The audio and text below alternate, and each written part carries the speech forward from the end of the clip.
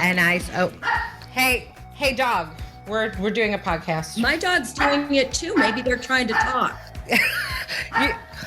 Wait, hold on. Stand by. Talk to your dog. All right, so I'll just start interviewing me while she's gone. So Shari, tell us, what is the biggest mistake salespeople make in sales? Oh, I hate that question. I can't believe you asked me that question. It's so boring. Ask me a different one.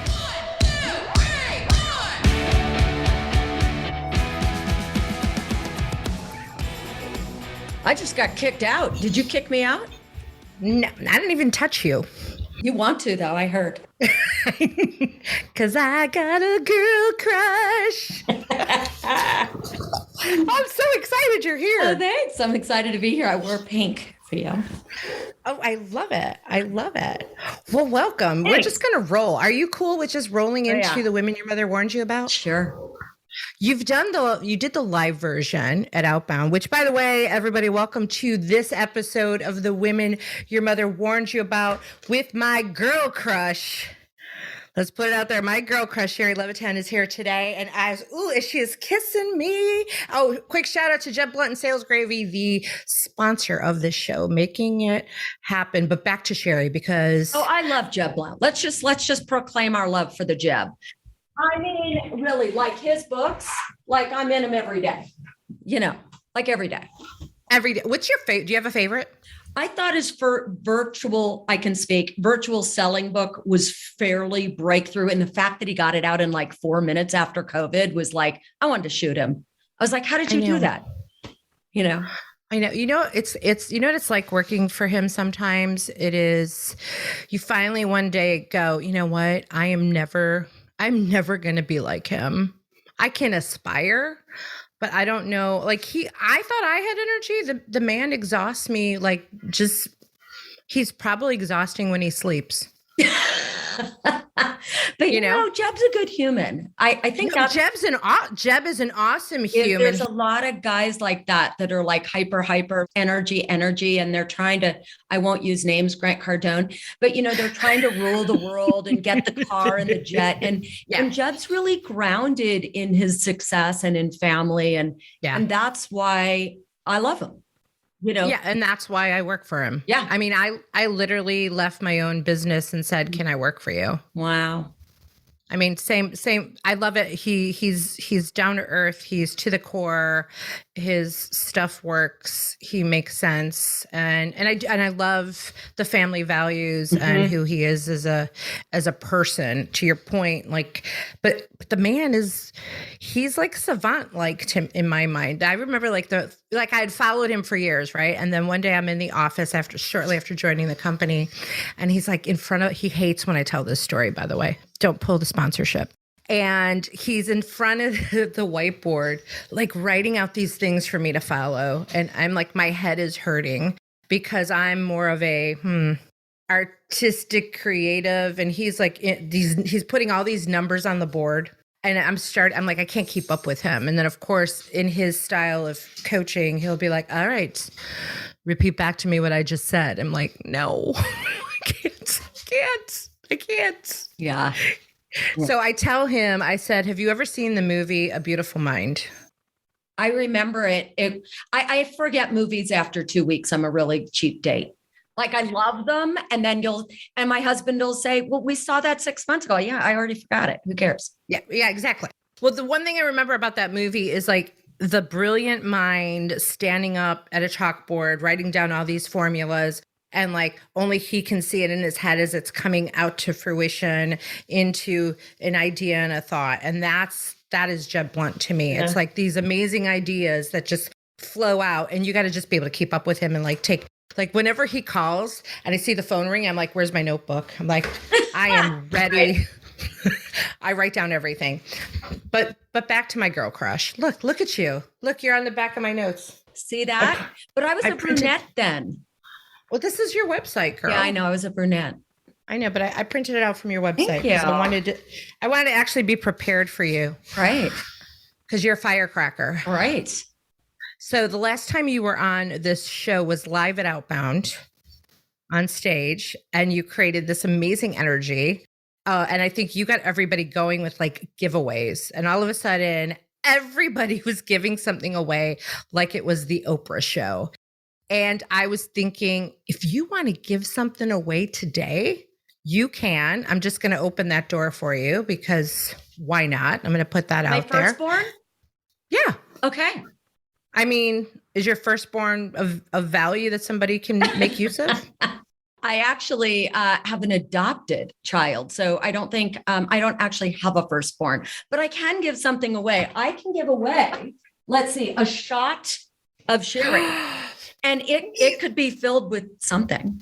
And I could give away 2, not 3, and not 1 copies of my book. Yes. So that's what we'll do. We'll give away shots and books. You know what? The shot of sherry, I meant to actually, I forgot, because I've got a shot of sherry in my office. Is it full of anything? It's not. Oh, see, that's a problem. It needs to be. Yeah. That is like, I had to go get one of those shots of sherry at Outbound. I'm like, I got to have this. It's like the best thing ever. So at Outbound, you said, can I say a certain word? And hey, dog, we're doing a podcast. My dog's doing it too. Maybe they're trying to talk. I know. Maybe there's like a dog thing going on. I know. You know what happened is, this is so funny. Wait, hold on. Just come in here. Stand by. Talk to your dog. Hey, come on. All right. So I'll just start interviewing me while she's gone. So Shari, tell us, what is the biggest mistake salespeople make in sales? Oh, I hate that question. I can't believe you asked me that question. It's so boring. Ask me a different one. Go ahead.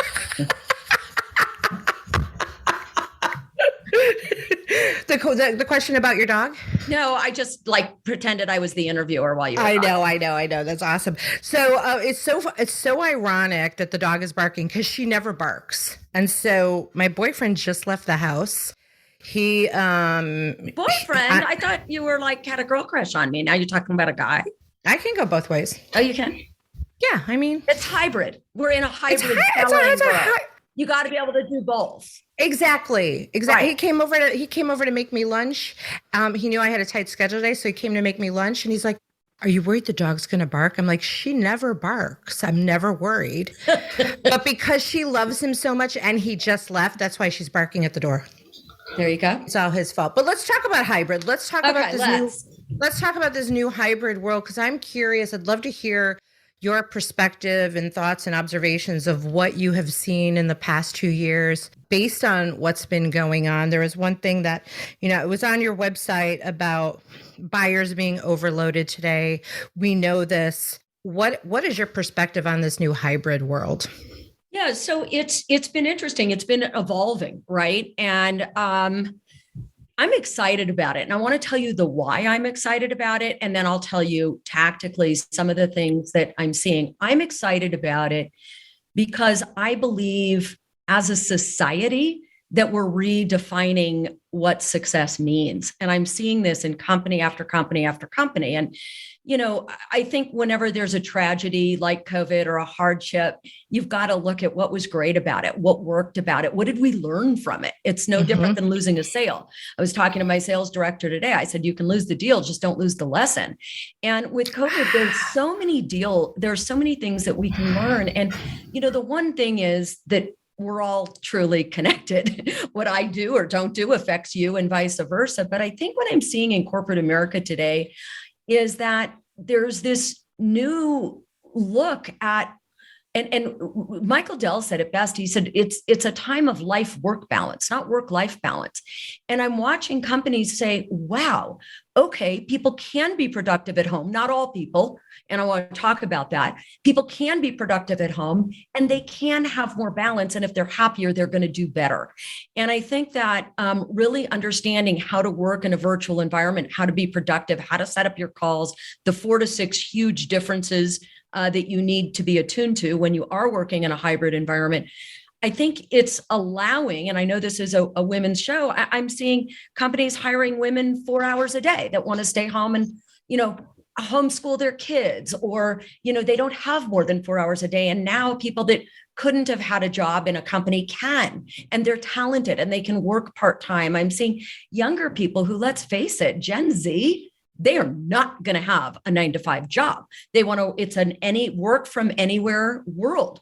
And so now if they can master these skills, they can be on a deck chair in their, in Key West and do a little bit of work. It's a gig economy. So I think that life is changing. Things are changing. When I grew up in the 80s, it was all about make as much money as you can, work till you die. If the busier you were, it was a sign of your success and a sign of achievement. And, the younger generation is much smarter than we were. And they're saying, wait a minute, we want to make a difference. We want to make the world a better place. We want to help our communities. We want to have a life. And it's no longer about work-life balance. It's about integration.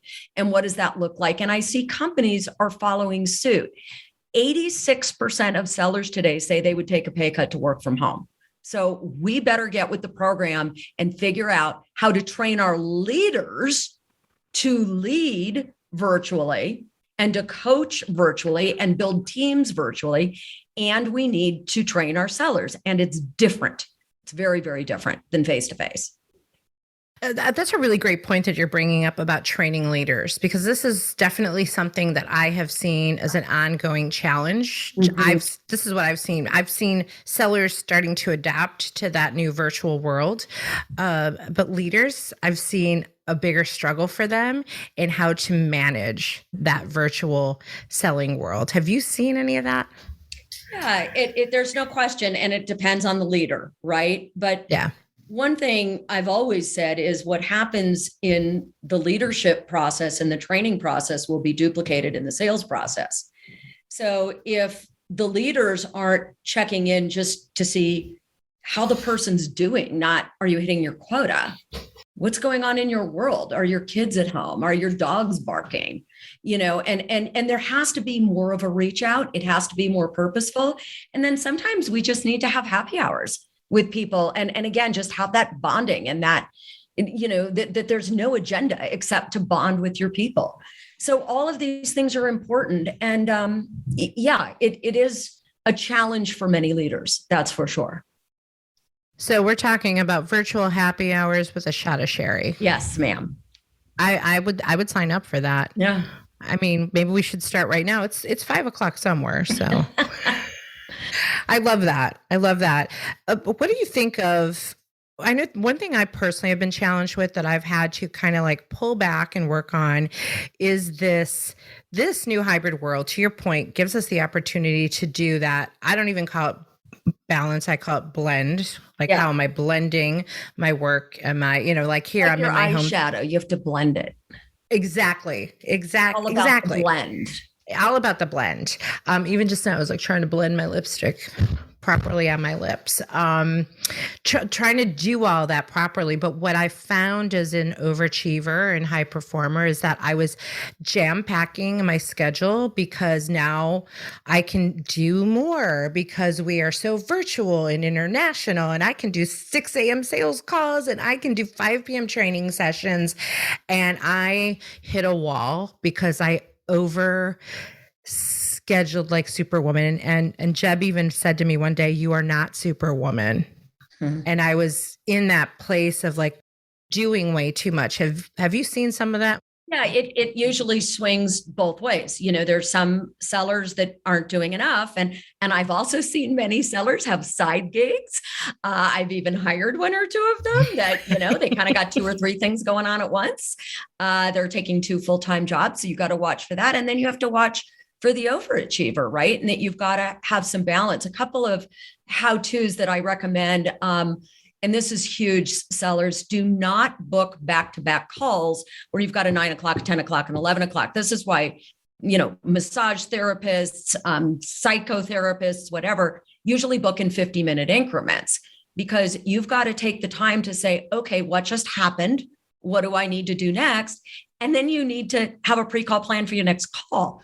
Or you're working wide and not deep. And that's a big mistake that people make. I would say the other thing is you've got to have a real division of work and life. I recommend, and I know Jeb recommends this too, I get dressed to go downstairs to work. Yep. And then I get undressed or, get in my sweats or whatever, although I am wearing jeans and no shoes, but I mean, it's the party without pants, right? It's everything from above the waistline, but you do need to make, I will not pick up the phone after 6:30 in the evening or the computer. That is family time. We have a 17-year-old boy at home. We have dinner together. There are no phones on the table. Here's another interesting thing I read. In Difficult Conversations by Sherry Turkle, she tells us even if a cell phone is on the kitchen table, our conversations don't go as deep because we're waiting for it to ring, ping, or ding. And so it's like your body's on high alert. So we have a no cell phone rule from 6:30 till 8. And, I usually read or do some yoga before bed anyway. So I have had to turn it off. I also take a day a week off completely. I will not work on a Saturday. You can offer me $100,000 to do a keynote and I will not do it. And I think it's important that if you set up your non-negotiables in advance, then, and this goes for ethics too. What will you do? What won't you do? Yeah. What are your limits? Then you can stick to them, and we have to create boundaries for our work and our life. Amen, amen, amen. I have been preaching that for the last several weeks, and I learned it the hard way, right? That I was not, everything you just said, I was not setting boundaries. I was running back to back to back. And then I would find myself like, where's that notebook where I wrote that down? Where's the discovery notes on that? What conversation did I just have with a client that I was coaching? And it created such a frazzle for me. I'm like, okay. And I'm not doing the 50 minutes. I'm doing, this might sound crazy. I'm like, I put an hour in between everything now. That's great. And what I have found with that is I'm so much more relaxed and calm that I go into every conversation, whether it's a sales conversation or it's a training or it's a coaching, or it's my personal life. I'm just in a better frame of mind, which is obviously going to make me more productive, even though I'm not packing everything in anymore. Good for you. Same thing with the boundaries, like you said, on this is one thing several of us have had to do is I block it on my calendar that it says dinner time, like from 5 to 7. Like don't even think of trying to schedule, with the team, like we will all start, like if you need to pull someone in, right? If I need to pull another person into, like if I'm selling and not training and I'm selling a trainer, right? I might want to pull that trainer in and vice versa. And I'll be like, oh, on their schedule, they're free. Let me just schedule them. And that was starting to happen to some of us. So we're like, we've now just filled our calendars with a do not disturb. Yeah, that's great. That's important. Yeah, really great. Ask first before scheduling, like any of those now. So if you look at my calendar, it's like, your calendar looks full. I'm like, well, read it. Read it. What about walk the dog from 9 to 9:15? Right. Yeah. I'm like, just read the calendar. Right. I'm with you, sister. Awesome. I love it, sister. I love it, sister. So I love your heartfelt approach because I feel like akin to that heart thing. And I did go on your website and take your quiz. Are you a Susie or a Tony? What do you think? If you had to guess. I think you're in the middle. I think you got a little Tony in you. Yeah. I struggled. And you guys, you have to go, and we'll give information for going to Shari's website so you can check that out. I wanted to kind of go through all of it and get a feel for it. And I struggled with the quiz. I struggled answering the questions. I was really conflicted on how to answer them. And I kind of knew, which way I was going, Susie. Like I could tell what the questions were, but I struggled to answer them. And I'm like, all right, just to answer them, get it over with so you can get some kind of result, right? And I got Susie. Really? Okay, that's interesting. But I got Susie, but some of the answers I had, I'm like, well, sometimes that's me, but sometimes it's not. So I'm definitely Susie touch a Tony. Okay. Yeah, that sounds like an Italian dish. Susie Touchatoni. If you want to Susie Touchatoni with Parmesan, Yeah. It's about right. It's about right. Tony. I think I want to press pause on that, because I think what's important is I've really been thinking about this a lot lately. And I think the biggest mistake salespeople make, in my estimation, is that they're trying to balance empathy and courage. And that is the quintessential challenge for everybody. Is, I know I'm supposed to be heartfelt and nice and, make it about the customer and lead with empathy. But on the other side of the coin, we've also got to ask the tough questions in discovery. We don't want to be pushed around. We don't want to be a Labrador, right? Don't want to just jump when the customer says jump and say how high. So this is difficult. And as I work with sales teams all around the world, this is what I see, is that you'll find, and that's why I have the quiz up there, because there's some and they're super nice and you want to invite them home for Thanksgiving dinner and they're great and the customer loves them. And the problem is, if you're too nice, they love you, but they walk all over you. And what ends up happening is, you're not isolating the objections, you're not asking the tough questions. And so, you never get the business. On the other hand, the Tony is just, too hardcore and too much urgency, and they don't learn anything about the client. So it's really finding that sweet balance between the two. Yeah. And that's where I struggled with it, because I know I'm in the middle. Yeah. Because I know how to push, but push with love. That's it. I like to push with love and then know when to pull back and then go push back in. I have a client right now that I work with ongoing, that they're renewing their contract for next year. And we're just going through curriculum. I'm like, okay, here's what I think we should do next for 2022.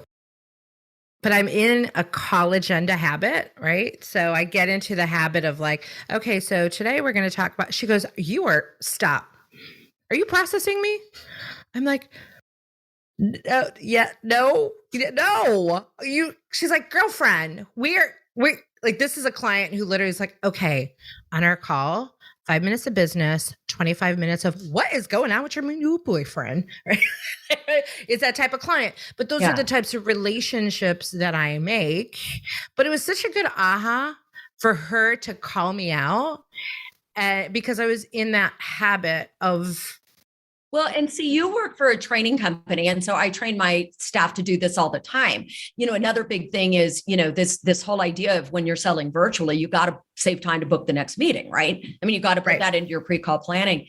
And, so I've got a new guy working for me and he's like, it sounds so hardcore, because he's so nice, right? It sounds so hardcore. And I say, look, all you got to do, George, is say, look, you know who I work for. And so we've got 8 minutes left. So I've got to book the next meeting. Otherwise, I'm in big trouble with my boss. But let me tell you something. She's going to teach your people to do the same thing. And then they just laugh. But you got to just own it. And sometimes, I'll ask questions and they'll look at me and I'll go, oh, come on. I teach this stuff. I have to ask you that question. Like you do. Yeah. Yeah. And I do the same exact thing where I'm like, or sometimes they'll say, I see what you're doing. I said, great. I'm so happy you see what I'm doing, because I'm modeling for you right now. And isn't this what your sales team, isn't this what you're going to want for your sales team? I have to do this, right? I have to do this. Yeah. And I have to gently kind of pull you along. At the same time, I know I need to know when to get rid of them too. Yeah. You got to fire your clients. I know.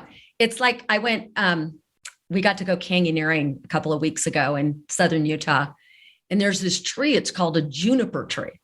Mm-hmm. And they're really beautiful. Don't they make gin out of juniper? I don't know about that. I could put it in my shot, Sherry. But anyway, what I learned about juniper trees is you can't tell how old they are by their size. Some of them are really old and they're small, and some of them are younger and bigger. But juniper trees self-prune. So the reason that they survive in the desert is they actually self-prune off the dead branches and the dead leaves. And so, of course, I apply everything to sales. And I thought, wow, we need to self-prune too, right? We need to get rid of those clients that are driving us crazy and taking up too much time. It's all about pruning. And prospects. Right? Get rid of the ones that are wasting your time, where you're like, literally, I think this is where the push comes from. Okay, great. So on the next call, when you bring your boss, the decision maker, right? Sometimes I'm like, let's just get your boss on the next call. And at the end of that call, I'm going to ask you for your business. Good. Love that. Love that. It's like, let's just let's just put it out there. Yeah, let's just put it out there. Yeah. Let's not waste any more time. Right. I mean, how many times, and I call it compliance versus commitment, right? Like so many salespeople think they're doing well when they get compliance and the customer says, oh, this is so great. Oh, can you send me some testimonials? Sure. Can you send me a proposal? Sure. Oh, good. Let's talk again. Can you, show me your curriculum? Oh, can I have a 30-day free trial? And of course, the Susie's going, sure. And you're like, okay, you're getting compliance. And commitment literally means, and you know this from working for Jeb, but that the customer has to put forth some energy. Like if I'm the only one putting forth energy, I need a commitment from them. I need the next step. I either need your stakeholder on the call. I need you to send me some of your materials. I need you to fill out my 10-page questionnaire because I'm not going to keep sending you stuff. And I think Salesforce said there was a report. I don't know the exact number. But I don't know, like 19% of requests, they're just playing you. They're supposed to get 3 RFPs. And so they're calling you and wasting all your time. Yeah, exactly. And you got to be able to read through that and cut through that. Yeah. Hi, this is Jeb Blunt. There's a reason why thousands of sales professionals and top companies across the globe hone their sales skills at SalesGrave University. You see, SalesGrave University is different than most learning platforms. First, we have live courses taught in a virtual classroom by our master trainers that start almost every single day. And our e-learning platform is populated with hundreds of hours of sales training content produced by some of the top sales trainers in the world, including Gina's spontaneous selling course, which is worth checking out. Now, I've got some good news. If you've never taken a course on SalesGrave University, if you're a new user, you can take your very first course for free. That's any course on the platform, absolutely free.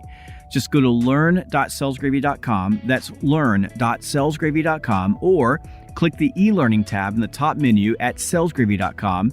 Pick out your course, and when you check out, use coupon code FREECOURSE to get that course for free. That is free course to get your very first course for free. I want to ask you this because there's something in your bio that says you are a natural born salesperson, something along those lines. And I want to hear your opinion on, do you think people are natural born salespeople and or can be trained? No, it's the age-old question. Here's what I believe. I believe that if you have, first of all, you've got to have the skill and you've got to have the will. You've got to have both. So you can have the skill and not have the will, and then it doesn't work. Now, there are definitely certain traits that a person possesses that gives them talents to be able to sell. But if you don't develop those talents on an ongoing basis, you're not going to be able to keep up because the customer is changing all the time. Technology is changing all the time. So I think it's both. I think there's some people, sure, they could develop the talent maybe, but it's just so not in their personality. Like my husband, Jeannie Robertson, who's a keynote speaker, used to call her husband left brain. She's just deceased. My husband is left brain, right? He's a pilot. He's a doctor. He's like so literal and analytical. Like he would just suck as a salesperson because he will be so literal and so honest, and I'm not saying you're not honest with it, but he just answer everything. Literally. And I think that there's some personalities that just aren't meant to sell. But I think even if you have all of the traits that are necessary, you have to continue to develop them. Even if you're me, Jeb Blount, Anthony Iannarino, whoever it is, we have to continually be learning, or you're not going to be able to keep up, period. Well, you did you start in the hotel world? Is that where you got I started in hospitality. Yes.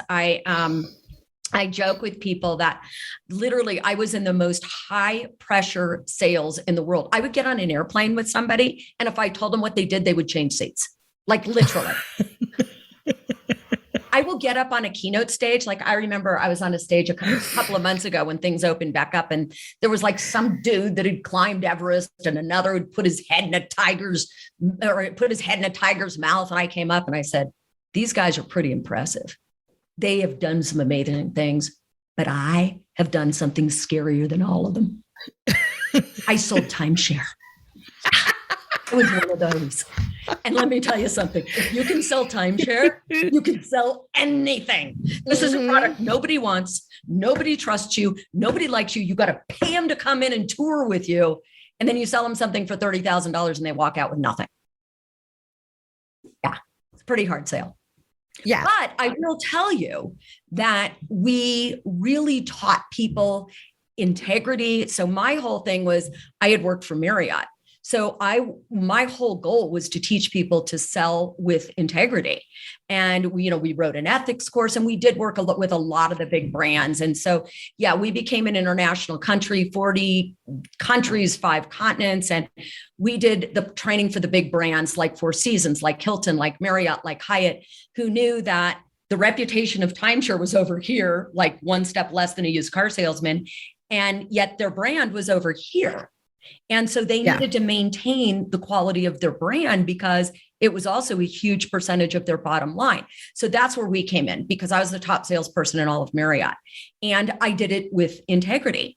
And I didn't make people buy in the same day. And I'd call them back. If they didn't want to buy that day, I had a process for calling them back. And that was unheard of. So all of the big brands started hiring us and saying, wow, can you show us this process of emotional selling? How do you sell emotionally? How do you get urgency, yet still maintain your empathy and sell with integrity? So we created onboarding programs for every major brand in the industry so they could maintain their five-star standing. There's a couple of things I want to say about hospitality, because I did do a stint with Marriott in training, training within the hotel, the staff, not the timeshare side of it. And I want to come back to timeshare, but how do you get urgency? How do you use that emotional selling and do it with that integrity? How do you make all that happen if you had to give like one tip on that? Well, let me tell you what urgency isn't, because that's important. Urgency isn't, there's only 2 left, right? That's not urgency. And I think that's where, and what's interesting is everything I've learned in B2C is very applicable to B2B and to a complex sale. So when you're on with a client, we can't do the installation for at least 6 months, or, I've only got 3 slots left. That's not urgency.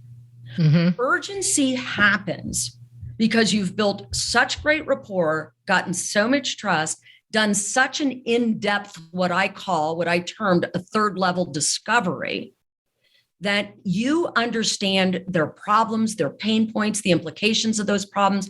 But then we learn to take it a step deeper. And it's not just about finding problems. It's about finding the what's in it for them emotionally. And even if you're a business owner, I'll tell you a quick story. We do a lot of training called 3rd level selling about, we call it skin, bone, and heart motivators is the sort of the framework that we use. And I was doing a training with a big company, begins with an A, ends with Adobe. And they're selling $1 million solutions, right? And this one gal, Nikki, had asked these sort of logic questions and found pain points of her potential customer, Chuck. And the pain points were they weren't hitting the number, they weren't hitting her KPIs. So she found all of this out in the discovery. But once she went through our program and we started teaching her to ask these heart or emotional questions, because I believe all people are motivated by one of 7 emotional motivators, period. All decisions are made because humans want to get one of these 7 emotional results. And so she finally says to this guy, Chuck, we've been talking for 6-9 months. I understand that you haven't been hitting your KPIs. She said, let me ask you this. If you did hit your numbers, what would it mean to you personally? And his whole demeanor changed. This was pre-COVID. And he had never been asked that emotional question, what it meant to him personally. And he looked at her, and this grown man almost had a tear in his eye. He said, are you kidding me? He said, I am on the road 300 days a year. I've got a 16 and a 14-year-old boy, and I've never once seen him play ball. Wow. He said, send me the contract. $1 million deal. That's I just got goosebumps. Urgency. And the reason that's urgency is because you have to get to what is so emotional inside of them that look, anybody can sell anybody anything. It's getting them to do it today that's the hard part. And the only way you do that is you find out what matters to them on an emotional gut level. And that takes building trust, doing your homework, researching your client, and asking such good questions. How do you think you got so good at that? Oh, I think I've always been a student at the game, and I had a great mentor.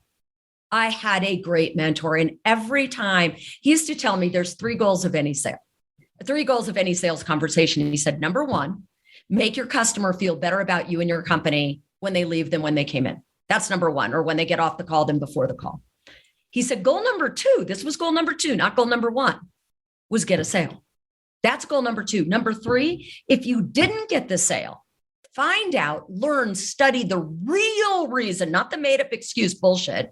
Find out the real reason why, learn from it, and never make that mistake again. And I will tell you, after every deal, whether I won it or lost it, we would debrief it. And what I can tell you is what the client tells you why they're not moving forward is rarely why they're not moving forward. So you've got to get really clear on delineating excuses from objections.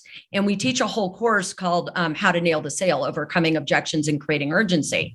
And in it, this is a big aha for salespeople. We have them write down and now we're doing this online, of course, all the objections they've ever heard.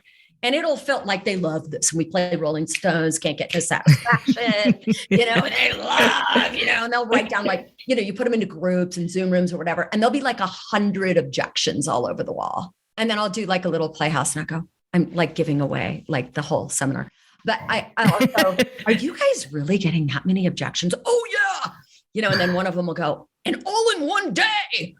And then I'll go, if you're getting that many objections, I'm sorry, I can't help you. I didn't know it was that bad. And I'll just walk out. And then about 3 seconds later, I'll go, but wait a minute. If you're getting 100 objections, that means you need 100 rebuttals, 100 closes, 100 third-party testimonials to overcome. I got a job with you guys for life. This is great. Unless I were to tell you of all the objections you've ever heard, there's really only 6.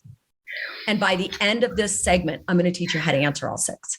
And it's like this huge aha, because we think there's like 600 objections. There's 6. But the majority of sellers, the reason that they don't close deals is they're dealing with an excuse, not the real objection. It's not even real. It's like, I say, it's like trying to hit a hologram. You can whack it and smack it, but it's not there. It's not real. It's not really there. It's not there. I love it. I love the 3 goals. And as I was listening to them and writing them down, because I'm drinking it all in, what you're putting out there. Here's what it comes down to for me, and the background that I have come through, going back to hospitality in a second. To me, it comes down to curiosity. If you remain curious as a human, yes, that's where people start to lean into you. Because when you are just authentic, like I'm curious, I'm like a big kid. I'm like a child sometimes. And I joke with Jeb about that too. Like my enthusiasm sometimes has to be like reined in, but I am curious. I want to know about people. I want to know about their situations. I'm like, tell me more about that situation. And I'm so on the edge of my seat where my discovery questions, and I do this with the people that I train and coach. I'm like, you have to have those questions, but sometimes you have to stop following them chronologically. Totally. You have to be curious. Like if you heard something and you found it interesting, don't keep going to the next question. Yes. Dig deeper, expand on that. Maybe it's going to be more personal, but that's where the relationship comes in. If you got to do a second and third call, then you do that after you've stayed in that curious space. I love that. And, it's so true that I always say you can't break the rules till you know the rules, right? So you've got to start with discovery questions. And the discovery questions have to, uncover facts, uncover problems, uncover emotional motivators, uncover objections, all of that we know. And those are the rules. And that's where you start. And so you've got to know the rules, and then you can break the rules. And then you can go deeper and deeper and deeper and deeper. Yes. And I find that one of the biggest mistakes, particularly younger or not as seasoned of salespeople make, is it's almost like playing a song. It's like if you listen to a great jazz musician, they know the notes and then they'll go off, right? And they'll do an improv. And you've got to be able to do that improv because it's not just about the notes, right? Oh, Shari, you took it where I was trying. You led me there, what I was about to do with you. I love it. It is about the improv. Totally. And that's my background. Right. So I led you there. So, but I didn't, but you went there because that's what I was going to bring up is the curiosity piece, and where my curiosity was so honed in was through improv. So having owned an improv comedy club for 12 years. I had the B2C aspect of an entertainment venue, but I knew going in what the long game was, which was training using improv. God, I love that. I didn't know that about you. Yeah. So now I'm curious, Gina, tell me more. Oh, perfect. Really? I'm curious. And actually that tell me more phrase is something that we use in improv games, of like getting people to talk more. So I had studied at Second City in Chicago, where I'm from.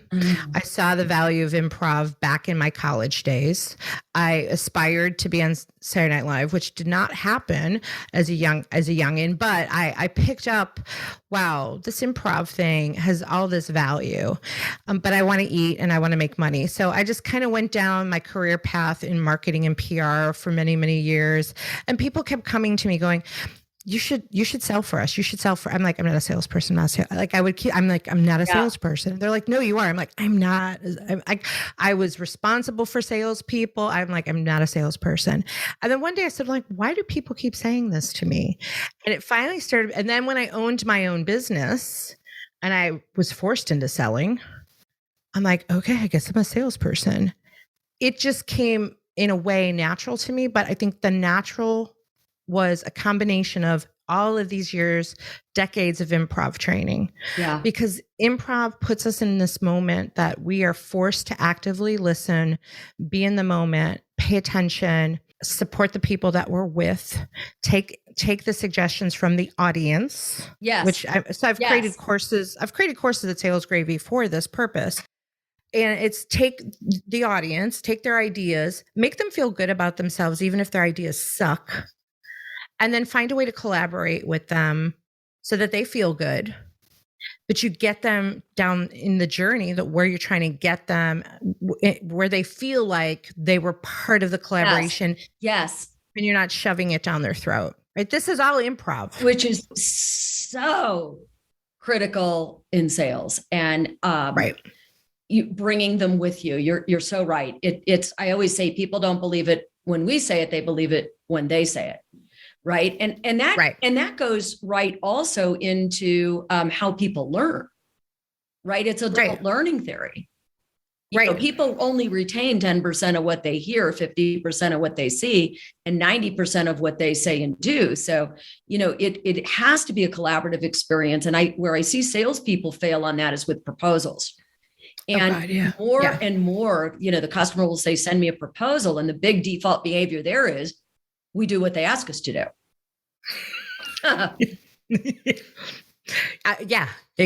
Exactly. And I think this is where over the years, when I finally woke up, I'm like, I guess I am a natural born salesperson because I don't follow those defaults, right? I'm in the moment of, you know, it's interesting too, in proposals, never, ever, ever do I send a proposal, right? So I put that proposal together after discovery.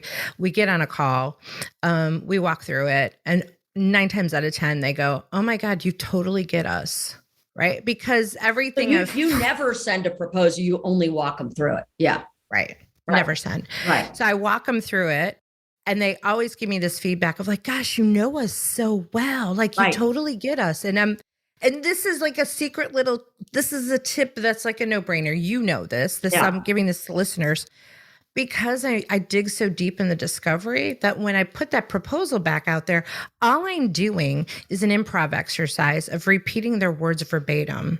Exactly. And I mean, verbatim. It's so simple, but if you're not doing it, it's advanced, right? I mean, all of this is simple. I'm curious to know why it is that we're still in business. Why am I and Jeb and you like, why? Because we all know this. We all know that when you do a proposal or a callback, it's never about you and your company. It's always about them and their pain points and their emotional motivators. We all know that you never send a proposal, that you go through it. Why don't people do that? Like, now I'm curious to hear your response, because why? Like, it's not rocket science. I think I screw up sometimes, right? And I teach this stuff. Right. Same here. Right. I'm always learning. There have been times where in a discovery or in a proposal presentation where I'm like, I'm like, oh, I knew better than that. I teach this. I know better than that. Right. I've even got an upcoming call that they're an existing client and I sold them the next thing and now they want Jeb on the call. Right. And I'm like, come on. Like, now I got frozen by that because I'm like, I need to be able to close this without dad coming to the table. Like, right. But at the same time, I'm like, this is what they need and they want to feel good about this next thing that we're doing, which is Jeb. I mean, I have sold Jeb, right? So he is the product and they want to touch it, know it, squeeze it, feel it, smell it, right? So I had to like literally take my own ego out of it and go, Gina, this is not about you. Yeah. This is about what they need to feel good. Worry about Jeb later when he says, why couldn't you close it on your own? But you know what I mean? So it's taken the ego out of it. So we all kind of screw up on that. But to answer your question, I think, and I see this happen all the time. People are sending out proposals because they're having a knee-jerk reaction to being Susie, like you say, like, this is what I got to do to make the customer happy. They're being trained to do that, I think, in a lot of situations. Like the customer's always right bullshit. Yeah. Like, throw that one in the trash. No, they're not. No. If they knew what they wanted, right, they wouldn't need us, and that's, yeah. And I learned this over the hard way over the years that, no wonder I got ghosted, because I sent them a proposal with a price and then I never, they wouldn't answer anything after that because I didn't have the opportunity to really feel out their emotions, get them through their fear, walk through the value. They looked at the number and that's all that they were looking at and they ran. And for some reason, I think a lot of this has to do, again, leadership, how they're trained, and a knee-jerk reaction to make the customer happy, thinking they're going to get the business that way. Right. I've had prospects say, well, if you just send me the proposal just so I can give my boss a number. And I said, I really can't do that. I really need to get you back on another call so we can walk through this, right? Like, push back. Right. This is where Tony comes in. And then do you make their boss come on the line as a next step? Yep. Because that's another thing. You can spend, 3 to 5 hours. Yes. And I have a person that's not the right decision maker because you didn't go high enough up the food chain because you're a Susie and you're too fearful to say no. And I will tell you, every time, it's so weird that we say no, they come back to us with a yes. It's really bizarre. We had a customer, they're now one of our best customers. I think this was 3.5 years ago. And, we do a lot on LinkedIn, as you know, and we're getting 80% of all of our leads inbound from LinkedIn, which has really been amazing by putting out content, giving value. Yep. And I know you guys do that too, but it was interesting. So they called and they wanted me to do a keynote. It was 6 weeks away. And I happened to be going to Italy for my anniversary. And it was a company I was very interested in. They were target market, loved their product, loved what they were doing. Great, big software company. And I said to the woman, I said, we would absolutely love to do it, but I'm going to be in Italy. I can't do it because I'll be there. I said, and then I took it a step further because you also want to be a helping brand. And I said, but I do know a lot of great keynote speakers. They wanted a woman, or I would have surely recommended Jeb. I said, I know 3 dynamite women who would do a great job. Let me talk to them and we can talk again on Monday. She said, wow, that's really nice of you. I said, no problem. So 2 of them are available. We get on the call Monday. I said, here's who they are. They're actually fabulous. Here's what they do. And she says, you know what? We talked about it. We want you. We will pay your full keynote price. Can you do it virtually from Naples? Yes. And now they've been a client for 3 years. I love that.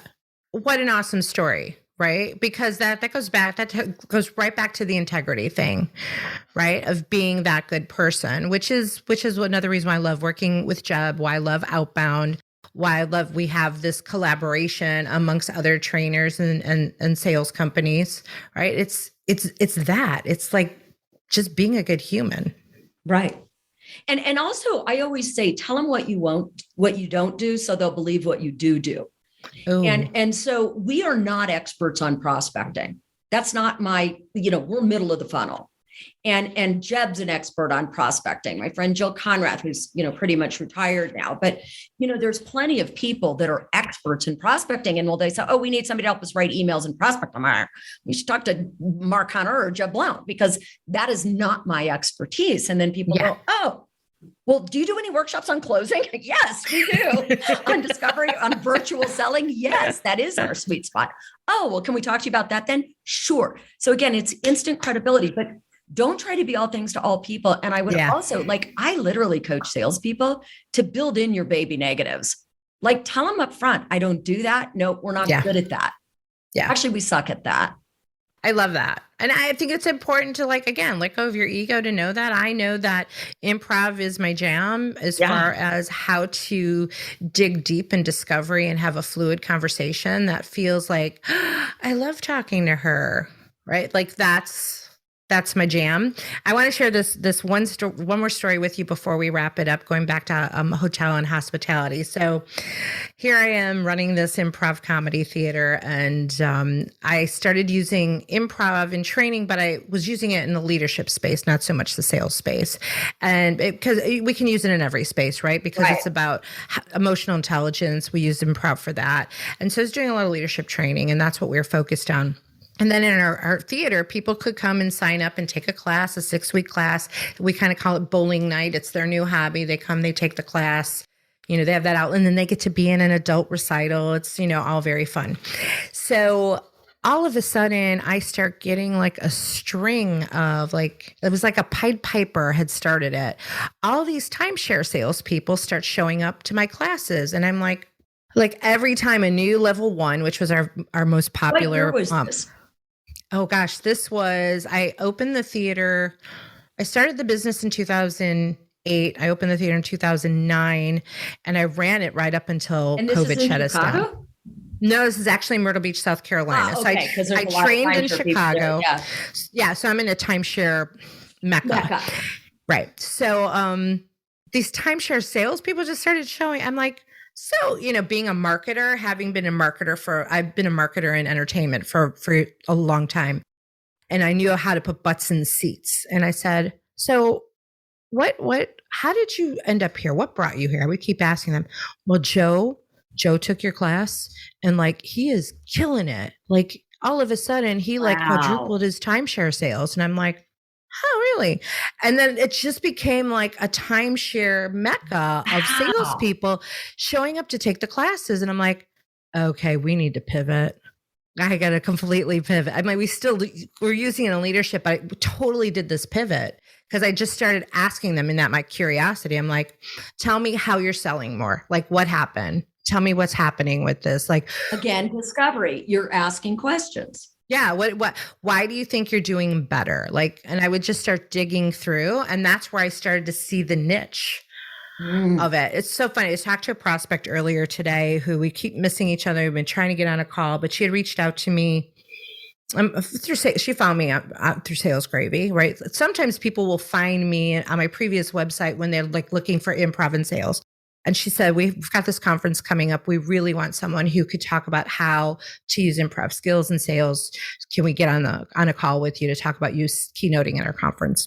So kept missing her. So today I'm prospecting, and I call her back. And I'm like, hey, we just kept missing each other, trying to get back on your calendar. And I see you have a 312 area code, a Chicago area code. I'm born and raised in Chicago. So we were able to connect on all of that and start talking about that. And she's like, yeah, could we get back on the phone this week? I'm on vacation today. She's she goes, I thought it was somebody else calling me when I saw the South Carolina phone number coming up, but she had answered right away. She's like, can we get on the call? So she's like, yeah, I really love this idea of improv. We've tried it twice with 2 different companies, and didn't go well. And I said, good for you that you are still willing to give it a chance, because here's comeback. Here's what I've seen over the years. There are people who are very well trained improv performers, but they don't have the business acumen, or they cannot seem to process or align how powerful it is in sales and business. And so they show up and they're like, let's have fun. Let's do some improv games. Woo! And the company walks away with no ROI. And they're like, that was fun. And we can't do anything with it because the trainer didn't know how to position it right. That's right. That's right. Because there still has to be a sales process. And that's exactly right. Yeah. So I used to get really worked up about it when like Susie, improv performer, she's like, I heard I can make more money if I try to I'm not making money on stage. So I'm going to take this improv skill and I'm going to try to go do a training gig. And then they fail at it. And then those of us who actually know how to apply it in business. Excellent distinction. I have to go re-explain the ROI and sorry about your previous bad experience. And here's how we're going to make it different. And, I had to share that story with you because of the timeshare world and the Marriott world. And that was my little story for you. Well, that's great. And now if we can just teach them to sell ethically, but that's why I was in business for so long in that vertical, right? Yeah. Well, I think we're going to have to do another episode together. I'll have to bring you back if you'll come back. You'll have to. Oh, we were supposed to do a giveaway. Yeah. Well, we're miserably. No, you didn't fail because we're not live. So we're gonna push this out. We're not live? No, I'm sorry. I thought we had thousands of people listening to us right now. Yes. Thousands. They are huge. You should see how big the audience is. It's huge. It is huge. We're going to do giveaway on this because we're going to push this through social and all the things that they have to listen to find out what they're winning and how to win it. I love it. How do you like that? I love that. So this is going to come out in the not this week, but next week. Right. And it's on iTunes and do you edit it? It's everywhere. You take out my snorting and my shits and my. No, we keep all your shits and snorts in. You keep shits and snorts? Yeah, they're fun. Let's call it shits and snorts. Wait, shots. Shits, snorts, and shots. Shits, shorts, and shots. I love it. Shits, snorts, and shots. Snorts and shots. I love it. Yeah, we're gonna we'll push it out. You push it out, and we'll get people engaged to respond to win prizes. What do you think of that? I think it's awesome. Also, I'm doing a live masterclass with Meredith Elliott Powell. I'm going to talk to her. I saw that. It's called Adapt, Survive, Thrive. And she rocks. I love Mer. And we've never done an event together before. I mean, we've been on the outbound stage together, but not just the two of us. So we're doing this big event. I'm going to see, it's like $1,000, maybe I can ask Mer if we can give one away. I would love that. And I saw that. For the first prize, right? Yeah. I would love that. I saw that you guys are doing that. Yeah. Mare's been on the show twice. Love her. And I'm like, I'm so jealous. I want to be with them. Maybe next time. Maybe next time we can do like a menage de trois. I would love that. Like 3 of us at once. Yeah. You need a redhead. I know we have a blonde. Well, I don't know what I am. You're in between. Yeah. I go both ways. Good. So do I. This works. Perfect. This now works. That we've established that. Well, check with Meredith. That would be awesome. Yeah. In the meantime, we've got some of your books. A Shot with Shari. I'm gonna get Jeb to let me give something away. Nice. So it's the holidays. Well, we got to be in that giving spirit. Let's be in that giving spirit. Hey, if our listeners, if they want to, I'm not gonna say if. How can our listeners find you, the best way to find you, your company, and get more of you? What is the best way to do that? ShariLevitin.com is our website, and you can email me directly. Shari at ShariLevitin.com, ShariLevitin.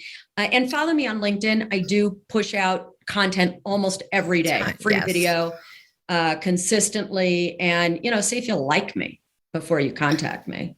True. Like check out a video because you might think I suck and then don't contact me. Hey, not everybody likes us. Not everybody likes me. That's another thing everyone's got to take as a lesson. Not everybody is going to like you, and that's okay.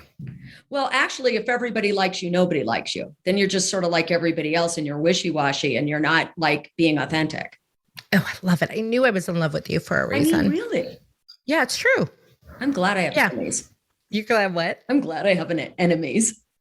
Not unenemies, enemies. Enemies, Anemones are like in the ocean. Yeah. Having foes. Friends and foes. Yes, foes. It's okay to have foes. Yeah, foes are good. Yeah.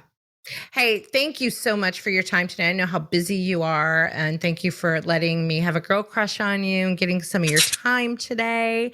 And everybody reach out to Shari. She's awesome. She does have really awesome content to share with you, so go check that out. Thank you, Warners, for listening to this episode of The Women Your Mother Warned You About, sponsored by Sales Gravy. For more information about this show, check out womenyourmotherwarnedyouabout.com or check out salesgravy.university. I do got a lot of great courses coming up that are improv based. You want to check that out. And we're out of here. Bye, Warners, and bye, Shari. Bye. This really will get serious soon. Yeah, it doesn't have to. I don't think anybody wants it to be serious.